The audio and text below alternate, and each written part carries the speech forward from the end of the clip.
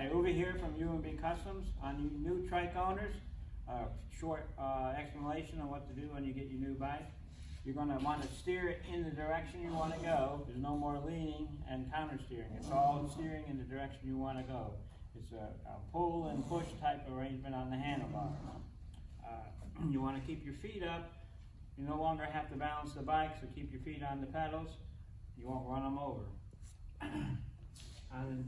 You're going to be wider in the back now, so you want to make a wider turning radius to avoid obstacles, gas pumps, garage doors.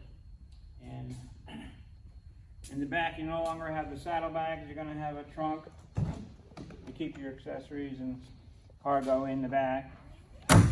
And now I'll show you how to put the reverse in operation.